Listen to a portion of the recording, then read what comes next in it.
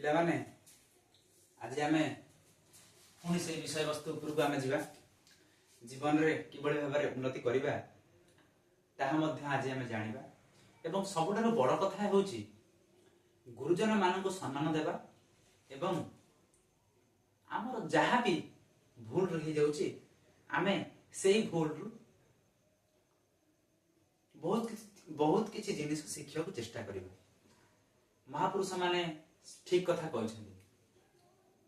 ଯଦି ଆମର ଅଚାନକ ଯଦି ଆମର ଭୁଲ ହେଇଯାଉଛି ସେ ଭୁଲରୁ କିଛି ଶିଖିକି ଆଗକୁ ବଢିବାର ପ୍ରୟାସ କର ଏବଂ ତୁମ ଦ୍ୱାରା ଯଦି ଅଜାଣତରେ ଯଦି କିଛି ଭୁଲ ହେଇଯାଇଛି ତାକୁ ତୁମେ ସୁଧାରିବାକୁ ଚେଷ୍ଟା କର ଏବଂ ଅନ୍ୟ ଜଣଙ୍କ ପାଖରେ ତୁମେ କ୍ଷମା ହିଁ ମାଗିଦିଅ। ଦେଖ, କ୍ଷମା ମାଗିଲେ ତୁମେ ଛୋଟ ହେଇଯିବନି। ତୁମର ଉଦାରତା ଏବଂ ତୁମର ସ୍ନେହ, ପ୍ରେମ ଏବଂ ଭଲ ପାଇବା ଯୋଉ ଥାଏ ତା ବଢିଥାଏ। ଅବଶ୍ୟ ଲୋକମାନେ କିଛି ଜାଣିପାରନ୍ତି ନାହିଁ, ବୁଝିବାରେ ଭୁଲ ରହିଯାଏ। କିଛି ସମ୍ପର୍କ ଏମିତି ଅଛି ଯାହାକି ଛୋଟ ପିଲାମାନେ ତୁମର ଅଜାଣତରେ ମଧ୍ୟ ହେଇଯାଇପାରେ।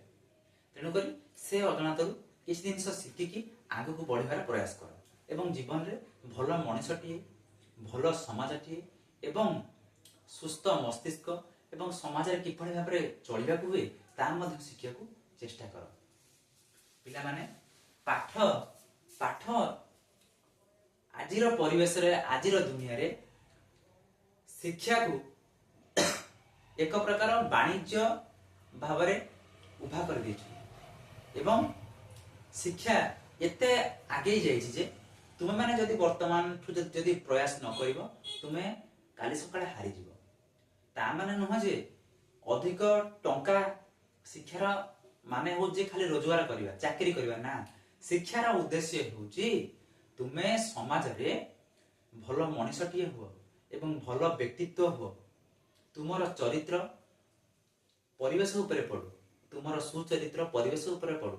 ତୁମର ଭାଇ ଭଉଣୀ, ତୁମର ସାଙ୍ଗସାଥୀ ତୁମକୁ ଯେଭଳି ଭାବରେ ଭଲ ସବୁବେଳେ କୁହନ୍ତୁ ଏବଂ ତୁମ ଦ୍ୱାରା ଅନୁପ୍ରାଣିତ ମଧ୍ୟ ହୁଅନ୍ତୁ। ଏହା ହିଁ ଶିକ୍ଷାର ଉଦ୍ଦେଶ୍ୟ। ଦେଖ ପିଲାମାନେ, ଗୁରୁଜନ, ବାପା ମା ମାନଙ୍କୁ ସମ୍ମାନ ଦିଅ। ତୁମର ନିଜ ବଡ ଭଉଣୀ, ବଡ ଭାଇ, ଦାଦି, କକା ଯିଏ ବି ଅଛନ୍ତି ସମସ୍ତଙ୍କୁ ସମ୍ମାନ ଦିଅ, ତାଙ୍କର ଆଶୀର୍ବାଦ ନିଅ ଏବଂ ଜୀବନରେ ଭଲ କାମ କରିବାରେ ଆଗେଇ ଯାଅ। ଏ ଜୀବନ ତୁମେ ବହୁତ କିଛି ଜିନିଷ ଜାଣିବ ଏବଂ ପାଠ ପଢିବ, ବୁଝିବ। ତେଣୁକରି ବର୍ତ୍ତମାନ ସମୟ ଅଛି, ସେଇ ସମୟରେ ତୁମେ ପାଠ ପଢିକି ଆଗକୁ ଯାଅ ଏବଂ ଜୀବନରେ ଭଲ ମଣିଷଟିଏ ହୁଅ।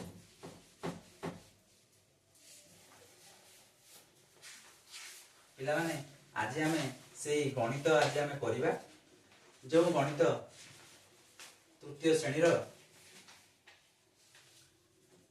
ପାଠ 2। ପିଲାମାନେ ବସ୍ତୁରୁ ଆକୃତି ଜାଣିବା ହେଲା। ମୁଁ ଲେଖୁଛି, ଦେଖ।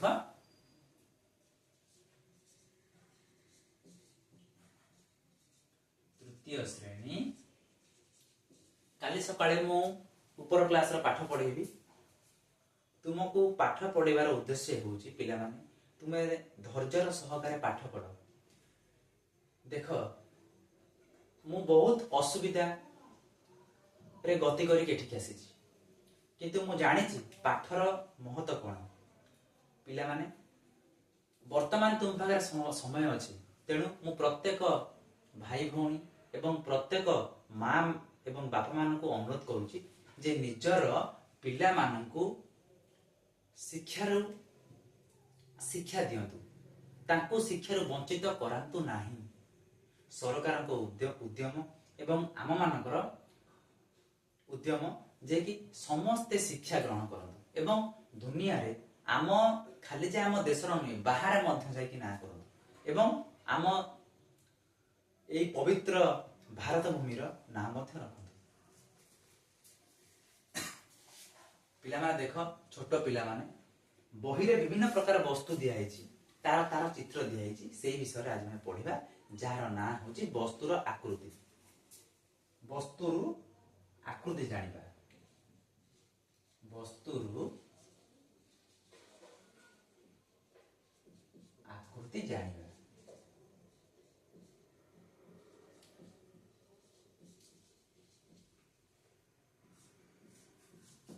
କିପରି ଭାବରେ ଜାଣିବା? ମୁଁ ତୁମ ବହିରେ ଯାହା ବି ଅଛି ସବୁ ଜିନିଷ ବୁଝେଇଦେବି ହେଲା। ଦେଖ ପିଲାମାନେ, ତୁମେ ଛୋଟ ପିଲା ବେଳେ ଯେତେବେଳେ ଛୋଟ ଅଛ, ବର୍ତ୍ତମାନ ତୁମେ ଛୋଟ ଅଛ, ତୁମେ ଦେଖିଥିବ ସର୍କସ, ଟିଭି ତୁମେ ମାନେ ଦେଖିଥିବ, ଟିଭି କିମ୍ବା ମୋବାଇଲ ଫୋନ ତୁମେ ବର୍ତ୍ତମାନ ଚଳାଉଥିବ, ଦେଖିଥିବ ସର୍କସ, ମ୍ୟାଜିସିଆନ ସର୍କସ ଦେଖାଏ। ସର୍କସ ଦିହରେ କିଏ କିଏ ଥାନ୍ତି? ବାଘ, ଭାଲୁ, ଘୋଡ଼ା, ମିରିଗ, ମୟୂର ଇତ୍ୟାଦି ପଶୁ ପକ୍ଷୀ ସେଠି ରହିଥାନ୍ତି। ତାଙ୍କର ଆକୃତି ଅଲଗା ଅଲଗା। ଠେକୁଆର ଆକୃତି ଯେମିତି, ବାଘର ଆକୃତି ସେମିତି ସେଇଭଳି ନୁହେଁ, ବିଲେଇର ଆକୃତି ଯାହା, ଗାଈର ଆକୃତି ସେଇଭଳି ନୁହେଁ, ସମସ୍ତଙ୍କର ଆକୃତି ଅଲଗା ଅଲଗା। ଦେଖିବା ଆମେ କଣ ଆଦେହରେ ଲେଖା ହେଇଛି ନା, ବାପାଙ୍କ ସହିତ ଲିଜା ଓ ରୋଜି ସର୍କସ ଖେଳ ଦେଖିବାକୁ ଗଲେ। କିଏ ଖେଳ ଦେଖିବାକୁ ଗଲେ? ନା, ବାପାଙ୍କ ସହିତ ଲିଜା ଏବଂ ରୋଜି ଦି ଜଣ ବାପାଙ୍କ ସହିତ ସର୍କସ ଦେଖିବାକୁ ଗଲେ। ଟିକେଟ କାଟି ଖେଳ ଦେଖିଲେ। ଯେମିତି ଆମେ ମେଳା ମହୋତ୍ସବକୁ ଯାଉ, ସେଠି ମଧ୍ୟ ଟିକେଟ କାଟି ଭିତରକୁ ଯାଉ, ସେମିତି ସେମାନେ ମଧ୍ୟ ଟିକେଟ କାଟିକିନା ସର୍କସ ଦେଖିବା ପାଇଁ ଭିତରକୁ ଗଲେ। ସର୍କସ ରେ ହାତୀ ବଲ ଖେଳୁଥିଲା, ବଲର ଆକୃତି ଗୋଲ। ସେଥିରେ କଣ କହୁଥିଲା ନା, ହାତୀ ଫୁଟବଲ ଖେଳୁଥିଲା। ଯେମିତି କି ଆମେ ମାନେ ମଧ୍ୟ କ୍ରିକେଟ ଏବଂ ଫୁଟବଲ ଖେଳୁ, ସର୍କସ ମଧ୍ୟରେ, ସର୍କସ ଭିତରେ ହାତୀଟିଏ ଫୁଟବଲ ଖେଳୁଥିଲା। ବଲର ଆକୃତି ଗୋଲ ଥିଲା। ପିଲାମାନେ, ବଲର ଆକୃତି ଗୋଲ ଆମେ ଜାଣିଛେ। ବଲ ପରି ଗୋଲ ବସ୍ତୁ ମାନଙ୍କର ନାମ ଲେଖ। ଯଦି ବଲର ଆକୃତି ଗୋଲ, ବଲ ପରି ବସ୍ତୁ ଗୋଲ ଥିବା, ତାଙ୍କ ସବୁ ନାଁ କଣ ଅଛି କୁହ ଦେଖ। ଆମର ଇଲେକ୍ଟ୍ରିକ ବଲ, ଇଲେକ୍ଟ୍ରିକ ବଲ,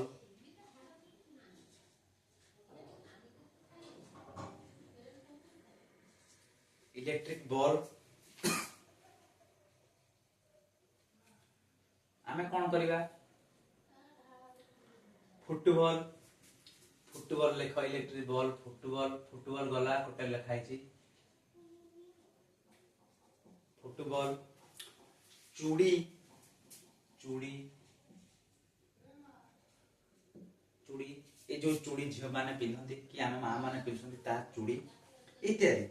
এই ପ୍ରକାର ବସ୍ତୁକୁ ଗୋଲକ କୁହାଯାଏ। ଯେଉଁ ବସ୍ତୁର ଚିତ୍ର ଗୋଲ, ସାଧାରଣ କଥାରେ ବାବା, ଯେଉଁ ବସ୍ତୁର ଚିତ୍ର ଗୋଲ ତାକୁ ଗୋଲକ କୁହାଯାଏ। ଯେମିତି ରସଗୋଲା କିମ୍ବା ଗୋଲାପଜାମୁନ ଗୋଲ ଥାଏ, ରସଗୋଲା ଗୋଲ ଆକୃତିର ଅଛି, ସେଟା ତାକୁ କୁହାଯାଏ ଗୋଲକ, ଗୋଲକ ତାକୁ କୁହାଯାଏ। ବାପା କହିଲେ, ଭାଲୁ ଦୁଇ ହାତରେ କଣ କଣ ଧରିଛି ଦେଖ। ଦେଖ ପିଲାମାନେ, ଏଠି ତୁମର ଚିତ୍ର କରାହେଇଛି। ଏସବୁ ବହିରେ ତୁମର ସବୁ ଚିତ୍ର କରାହେଇଛି, ସେ ଚିତ୍ରକୁ ତମେ ଦେଖିକି ସବୁ କରିବ, ବୁଝିପାରିଲେ? ଏଠି ଭାଲୁ କଣ କରିଛି? ଭାଲୁ ତା ହାତୀରେ କାଠି ଖେଳୁଛି, ସର୍କସରେ କାଠି ଖେଳୁଛି। ଚିତ୍ରରେ ଥିବା ଆକୃତିର ବସ୍ତୁକୁ ସିଲିଣ୍ଡର କୁହାଯାଏ। ଏ ଯୋଉ ବସ୍ତୁ କରିଛି ତା ନାଁ ସିଲିଣ୍ଡର। ଏ ସିଲିଣ୍ଡର। ଭାଲୁ କଣ ଧରିଛି? ନା, ଭାଲୁ ସିଲିଣ୍ଡର ଧରିଛି, ବୁଝିପାରିଲ? ତୁମେ ଏହିପରି ଆକୃତିର ଯେଉଁ ଜିନିଷ ଦେଖୁଛ ତାର ତାଲିକା କର। ରୁଲ ବାଡି ସିଲିଣ୍ଡର ଆକୃତିର ଦେଖ।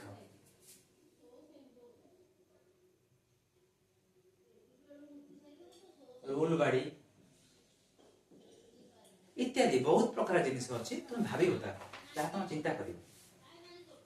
ହଠାତ୍ ରୋଜି କହିଲା ତାଙ୍କ ଭିତରୁ ଆସି, ବାପା ଦେଖ କୁକୁର କିପରି ବାକ୍ସ ଉପରେ ବସି ଆଇସ୍କ୍ରିମ ଖାଉଛି। ହଠାତ୍ ତା ଭିତରୁ ରୋଜି ଆସିଲା ଭାରି, କହିଲା, ବାବା ଦେଖ କୁକୁର କେମିତି ଆଇସ୍କ୍ରିମ ଖାଉଛି। ଆରେ ବାବା, ତୁମେ ମାନେ ଯେମିତି ଖାଦ୍ୟ ଖାଉଛ, ସେମିତି କୁକୁର ସେମିତି ଆଇସ୍କ୍ରିମ ଖାଉଛି, ଦେଖିବା ପାଇଁ ରୋଜି ତା ବାପାକୁ କହିଲା। ବାପା କହିଲେ, କୁକୁର ଯେଉଁ ବାକ୍ସ ଉପରେ ବସିଛି ତାହା ହେଉଛି ଆୟତ ଘନ ବାକ୍ସ। କୁକୁର ଯେଉଁ ବାକ୍ସ ଉପରେ ବସିଛି, କୁକୁର ବସିଛି ଏଠି ହେଲା,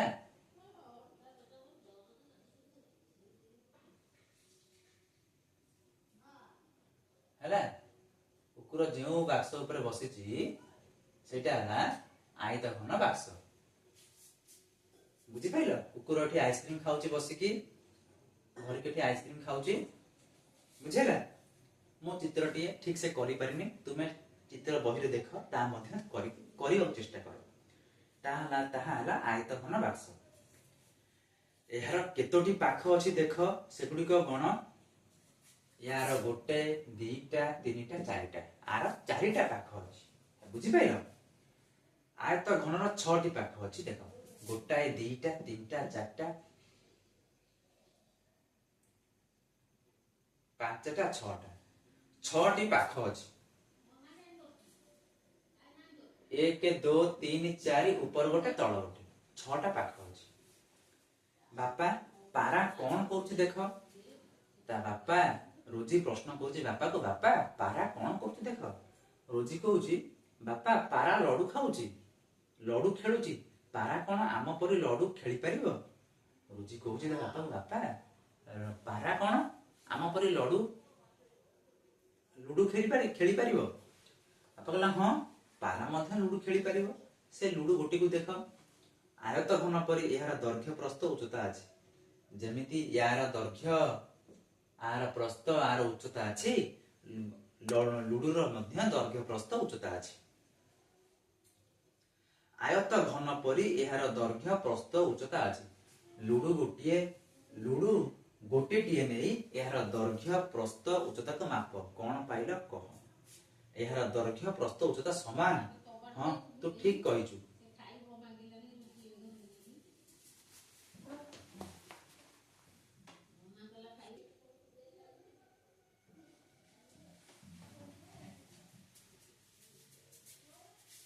जेउ घन वस्तुर धारा मानकर दैर्घ्य समान ताहाकु समघन कुआ जाय कहला जेउ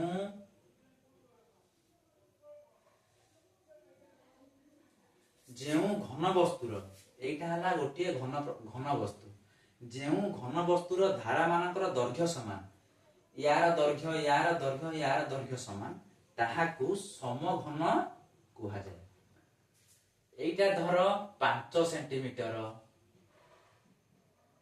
एटा 5 सेंटीमीटर एटा 5 सेंटीमीटर एटा 5 सेंटीमीटर ये समस्तकर दैर्घ्य समान ताहाकु समघन कुआ जाय लिजा कहला हां ताहाले लुडू गोटिए समघन तुमे केते गोटी समघन जानिचो ताहा तुमे लेख ताहा तुमे केतेटा समघन जानिचो ताहा तुमे लेख खातार लेख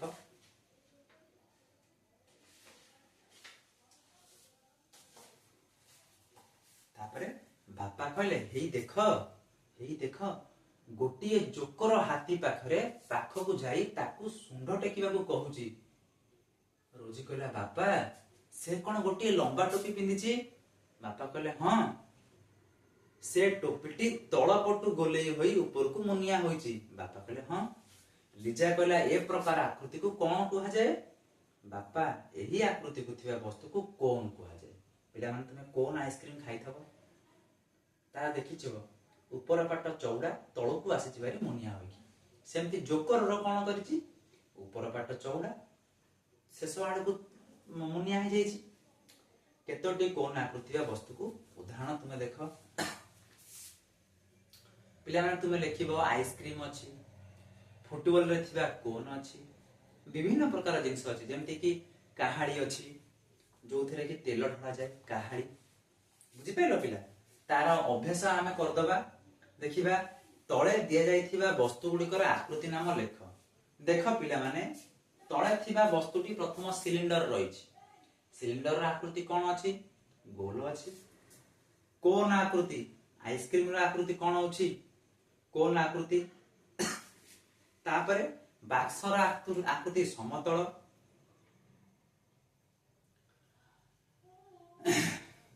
सिलिंडर भଳି रहिछि हमर मोहम्मती बॉल रा आकृति गोल अछि सिलिंडर रा आकृति अछि हमर एठी जोटे बाडी रहिछि ताको सिलिंडर आकृति एवं कोन आकृति पिला माने समस्त सब कथा आदरे बुझि परिबे किछि भी हरणा बार नै 2 नंबर प्रश्न को आमे दिबा गोलक आकृतिर 5टी जिनिस आयत घनकर 5टी जिनिस नाम लेख गोलक आकृतिर 5टी जिनिस लिखिबा गोलक आकृतिर 5 जिनिस कोन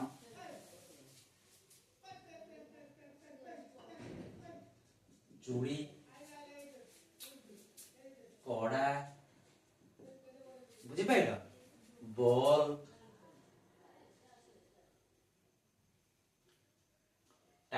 ତାଟିଆ, ଯୋଉ ତାଟିଆରେ ଆମେ ଖାଉଛୁ ତାଟିଆ, ତାପରେ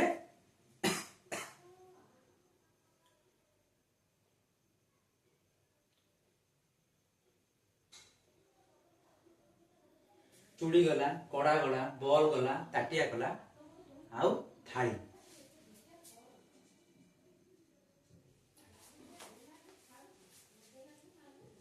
ଆୟତ ଘନାକୃତି ପାଞ୍ଚଟି ଜିନିଷର ନାମ କଣ ଲେଖ?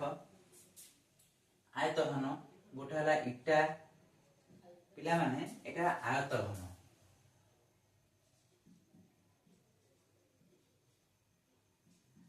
ବୁଝିପାରିଲ, ଏଟା ହେଲା ଆୟତ ଘନ, ଏଟା ହେଲା ଗୋଲକ। ଆୟତ ଘନ ହେଲା ଇଟା, ପେଟି, ପେଟି, କବାଟ, କବାଟ, ଖଟ, ବାସ୍କ। ପିଲାମାନେ ସବୁ ଜିନିଷ ପ୍ରାୟ କିଛିଟା କିଛିଟା ଜାଣିବାକୁ ଚେଷ୍ଟା କର। ଯେତେବେଳେ ତୁମେ ଜାଣିବ, ପାଠ ପଢିବ, ସବୁ ଜିନିଷ ହିଁ ଆସିବ, କିଛି କୌଣସିଥିରେ ଅସୁବିଧା ହବାର ନାହିଁ। ପିଲାମାନେ ସବୁ ଜିନିଷ ଜାଣ। ସେମିତି 3 ନମ୍ବର କ୍ୱେଶ୍ଚିନ୍ ଆନ୍ସର କଣ ଅଛି ନା, ତଳେ ଦିଆଯାଇଥିବା ବସ୍ତୁର ଆକୃତି କିପରି ତା ଡାହାଣ ପଟେ ଥିବା କୋଠରୀରେ ଲେଖ। ଦେଖ, ବ୍ୟାଟେରୀ, ବ୍ୟାଟେରୀର ଆକୃତି କିପରି? ବ୍ୟାଟେରୀର ଆକୃତି ସିଲିଣ୍ଡର ଟାଇପର। କମଳାର ଆକୃତି ଗୋଲକ। ପେନସିଲର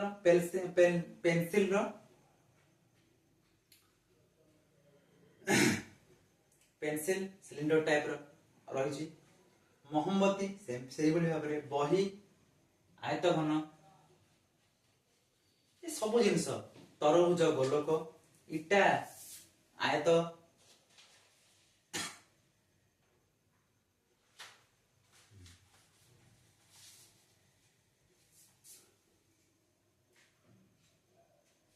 ପିଲାମାନେ ଦେଖ, ଆମେ ଯୋଉ ଘରେ ରହିଥାଉ ତା ଦେହରେ କିଛିଟା ଟାଇଲ ପଡିଥାଏ। ସେ ଟାଇଲର ବିଭିନ୍ନ ପ୍ରକାର ଡିଜାଇନ ଥାଏ। ସେଇ ଡିଜାଇନ ବିଷୟରେ ଆମେ ପଢିବା। ଚଟାଣ ସଜାଇବାର ପରିକଳ୍ପନା, ଆମେ ଯୋଉ ଚଟାଣରେ ବସୁଥାଉ, ଚାଲିଥାଉ, ଶୋଇଥାଉ, ତା ମଧ୍ୟ ବିଭିନ୍ନ ପ୍ରକାର ଜିନିଷରେ ସାଜସଜା ହୋଇଥାଏ। ବୁଝିପାରିଲ? ଡିଜାଇନ, ବିଭିନ୍ନ ପ୍ରକାର ଡିଜାଇନ ଅଛି। ଉପରେ ଦିଆଯାଇଥିବା ଟାଇଲର ଆକୃତିକୁ ଦେଖ। ଦେଖ, ଟାଇଲ କରାହେଇଛି, ଏଟା ଟାଇଲ ଅଛି।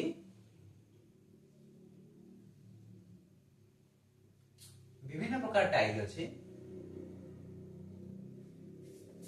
ଏହି ଟାଇଲ ଦୁଇଟି କିପରି ଯୋଡ଼ି ହୋଇପାରେ ଲକ୍ଷ୍ୟ କର। ଇଏ ପରସ୍ପର ମଧ୍ୟରେ, ଇଏ ଏଠିକି ଆସିବ, ଇଏ ଏଠିକି ଆସିବ, ପରସ୍ପର ମଧ୍ୟ ଯୋଡ଼ି ହେବ। ଏହି ଟାଇଲ ଦୁଇଟି କିପରି ଯୋଡ଼ି ହୋଇପାରେ ଲକ୍ଷ୍ୟ କର। ଏହିପରି ଟାଇଲ ଯୋଡ଼ି ଘର ଚଟାଣକୁ ସଜାଇବାର ଏକ ପରିକଳ୍ପନାକୁ ଦେଖ। ପିଲାମାନେ ପରସ୍ପର ମଧ୍ୟରେ ଖାପ ଖୁଆଇଲେ ଟାଇଲ ସଜା ହୋଇଥାଏ। ଗୋଟିଏ ଆକୃତିର ଟାଇଲ ମାନ ନେଇ ଏପରି ସଜାଯାଇଛି, ଠିକ ଅଛି। ଟାଇଲ ଗୁଡିକ ମଧ୍ୟରେ ଫାଙ୍କା ନାହିଁ, ପରସ୍ପର ମଧ୍ୟରେ ଫାଙ୍କା ବି ରହିବା କିଛି ଆବଶ୍ୟକତା ନାହିଁ। ଟାଇଲ ସଜା ବା ଖଞ୍ଜାରେ ପରିକଳ୍ପନାଟି ଖୁବ ସୁନ୍ଦର ହୋଇଛି। ଏବଂ ତଳେ ଅନ୍ୟ ଏକ 6 ଧାର ବିଶିଷ୍ଟ ଟାଇଲକୁ ଦେଖ ଏବଂ ଏହି ଆକୃତିର ଟାଇଲ ଘର ଚଟାଣକୁ ସଜାଇବାର ପରିକଳ୍ପନା ଡିଜାଇନକୁ ଦେଖ। ବୁଝିପାରିଲ? ଏହା ମଧ୍ୟ ତୁମେ ଦେଖି ଜାଣିପାରିଲ। ଏଗୁଡିକ ସମାନ ଆକୃତିର ଆୟତାକାର ଟାଇଲ। ନିହାତି ଭାବରେ ଏଗୁଡିକ ସମାନ ଆକୃତିର ଆୟତାକାର ଟାଇଲ। ଏହି ଆୟତାକାର ଟାଇଲକୁ ବ୍ୟବହାର କରି ଗୋଟିଏ ପ୍ରକାର ଚଟାଣ ସଜାଇବାର ପରିକଳ୍ପନା ଡିଜାଇନ ତିଆରି କର। ପିଲାମାନେ ଯାହା ଯାହା ତୁମର ଆବଶ୍ୟକ ଜିନିଷ ତାହା ମୁଁ ଜଣାଇ ଦଉଛି ଏବଂ ଯାହା ନୁହେଁ ତାହା ମଧ୍ୟ ମୁଁ ଚେଷ୍ଟା କରୁଛି ଜଣାଇବା ପାଇଁ। ସବୁ ଜିନିଷ ରଙ୍ଗ ସାହାଯ୍ୟରେ ତୁମେ ଦର୍ଶେଇବ। ନାଲି ହଉ, ନେଳି ହଉ, ଯାହା ବି ଅଛି ତୁମେ ତାହା ଡିଜାଇନ କରିବ ତୁମ ବହିରେ।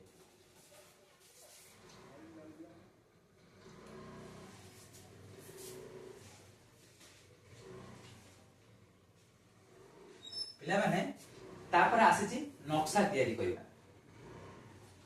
ତଳେ ଗୋଟିଏ ଗାଁର ନକ୍ସା ଅଛି। ନକ୍ସା ଦେଖି ଗାଁରେ କଣ କଣ ଅଛି କୁହ। ପୂର୍ବରେ କଣ ଅଛି, ପଶ୍ଚିମରେ କଣ ଅଛି, ଉତ୍ତରରେ କଣ ଅଛି, ଦକ୍ଷିଣରେ କଣ ଅଛି।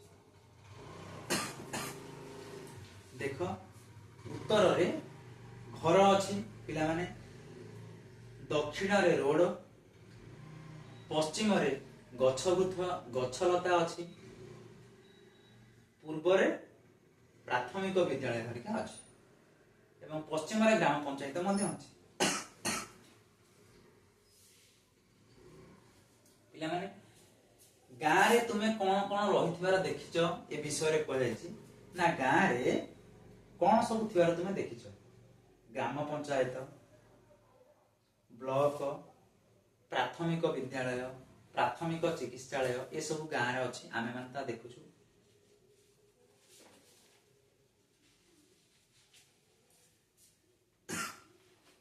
କହିଛି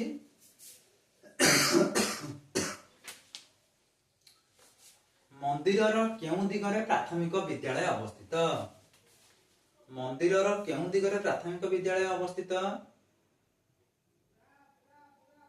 ମନ୍ଦିରର ପୂର୍ବ ଦିଗରେ ପ୍ରାଥମିକ ବିଦ୍ୟାଳୟ ଅବସ୍ଥିତ ହେଲା। ମନ୍ଦିରର ପୂର୍ବ ଦିଗରେ ପିଲାମାନେ ଦେଖିବ, ପୂର୍ବ ଦିଗରେ ପ୍ରାଥମିକ ବିଦ୍ୟାଳୟ ଅବସ୍ଥିତ। ମନ୍ଦିରରୁ ବାହାରି ସିଧା ଉତ୍ତର ଦିଗକୁ ଗଲେ କଣ ଦେଖିବ। ମନ୍ଦିରରୁ ବାହାରି ସିଧା ଉତ୍ତର ଦିଗକୁ ଗଲେ ତୁମେ ଡାକ୍ତରଖାନା ଦେଖିବ। ବୁଝିପାରିଲ? ମନ୍ଦିରରୁ ଯଦି ତୁମେ ସିଧା ବାହାରିକି ଯିବ, ତୁମେ ଡାକ୍ତରଖାନାକୁ ଦେଖିବ। ମନ୍ଦିର ଠାରୁ ଉଚ୍ଚ ବିଦ୍ୟାଳୟକୁ ଯିବାକୁ ହେଲେ ପ୍ରଥମେ ଉତ୍ତର ଦିଗକୁ ଯାଇ ତାପରେ କେଉଁ ଦିଗକୁ ଯିବ। ମନ୍ଦିର ଠାରୁ ଉଚ୍ଚ ବିଦ୍ୟାଳୟକୁ ଯିବାକୁ ହେଲେ ପିଲାମାନେ ଦେଖ,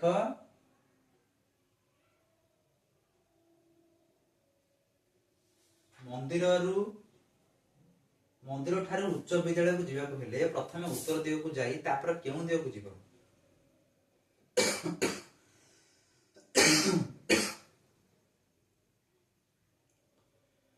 ଉତ୍ତର ଦିଗକୁ ଯାଇକି ପଶ୍ଚିମ ଦିଗକୁ ଯିବ। ପିଲାମାନେ ସାଧାରଣ ପ୍ରଶ୍ନ ଆଧାରରେ କିଛି ବି ଏ ପ୍ରଶ୍ନରେ କିଛି ଉତ୍ତର ସେମିତି କିଛି ଅସୁବିଧା ହବାର ନାହିଁ। ତୁମେ ମାନେ ପରସ୍ପର ମଧ୍ୟ ସବୁ ଜାଣିପାରିବ ଏବଂ ତା ବୁଝିବାକୁ ଚେଷ୍ଟା କର।